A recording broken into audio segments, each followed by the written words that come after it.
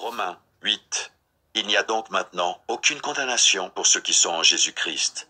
En effet, la loi de l'Esprit de vie en Jésus-Christ m'a affranchi de la loi du péché et de la mort. Car, chose impossible à la loi, parce que la chair la rendait sans force, Dieu a condamné le péché dans la chair, en envoyant, à cause du péché, son propre Fils dans une chair semblable à celle du péché, et cela afin que la justice de la loi fût accomplie en nous, qui marchons non selon la chair, mais selon l'Esprit.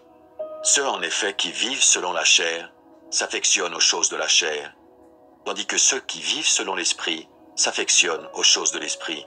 Et l'affection de la chair, c'est la mort, tandis que l'affection de l'Esprit, c'est la vie et la paix. Car l'affection de la chair est l'inimitié contre Dieu, parce qu'elle ne se soumet pas à la loi de Dieu et qu'elle ne le peut même pas. Or ceux qui vivent selon la chair ne sauraient plaire à Dieu. Pour vous, vous ne vivez pas selon la chair, mais selon l'Esprit, si de moins l'Esprit de Dieu habite en vous. Si quelqu'un n'a pas l'Esprit de Christ, il ne lui appartient pas. Et si le Christ est en vous, le corps, il est vrai, est mort à cause du péché, mais l'Esprit est vie à cause de la justice. Et si l'Esprit de celui qui a ressuscité Jésus d'entre les morts habite en vous, celui qui a ressuscité Christ d'entre les morts rendra aussi la vie à vos corps mortels par son Esprit qui habite en vous. Ainsi donc, frères, nous ne sommes point redevables à la chair pour vivre selon la chair. Si vous vivez selon la chair, vous mourrez. Mais si par l'Esprit, vous faites mourir les actions du corps, vous vivrez. Car tous ceux qui sont conduits par l'Esprit de Dieu sont fils de Dieu. Et vous n'avez point reçu un esprit de servitude pour être encore dans la crainte, mais vous avez reçu un esprit d'adoption par lequel nous crions « Abba, Père ». L'Esprit lui-même rend témoignage à notre esprit que nous sommes enfants de Dieu.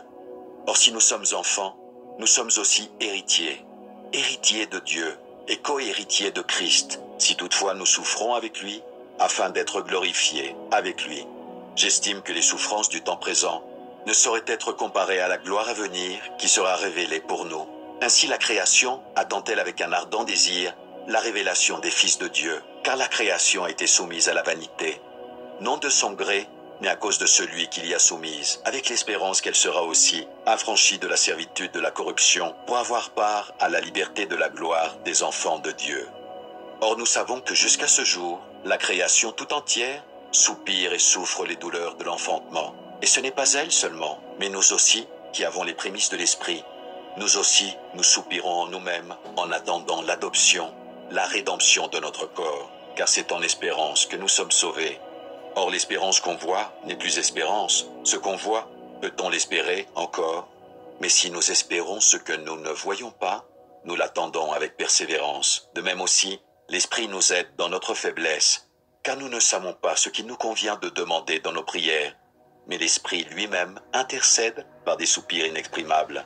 Et celui qui sonde les cœurs connaît quelle est la pensée de l'Esprit, parce que c'est selon Dieu qu'il intercède en faveur des saints. Nous savons du reste que toute chose concourt au bien de ceux qui aiment Dieu, de ceux qui sont appelés selon son dessein. Car ceux qu'il a connus d'avance, il les a aussi prédestinés à être semblables à l'image de son Fils, afin que son Fils fût le premier-né entre plusieurs frères.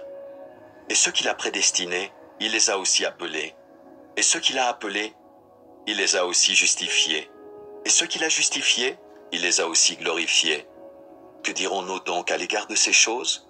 Si Dieu est pour nous, qui sera contre nous? Lui qui n'a point épargné son propre Fils, mais qui l'a livré pour nous tous, comment ne nous donnera-t-il pas aussi toutes choses avec lui? Qui accusera les élus de Dieu? C'est Dieu qui justifie. Qui les condamnera? Christ est mort. Bien plus, il est ressuscité, il est à la droite de Dieu, et il intercède pour nous. Qui nous séparera de l'amour de Christ? Sera-ce la tribulation, ou l'angoisse, ou la persécution, ou la faim, ou la nudité, ou le péril, ou l'épée? Selon qu'il est écrit, c'est à cause de toi qu'on nous met à mort tout le jour, qu'on nous regarde comme des brebis destinées à la boucherie.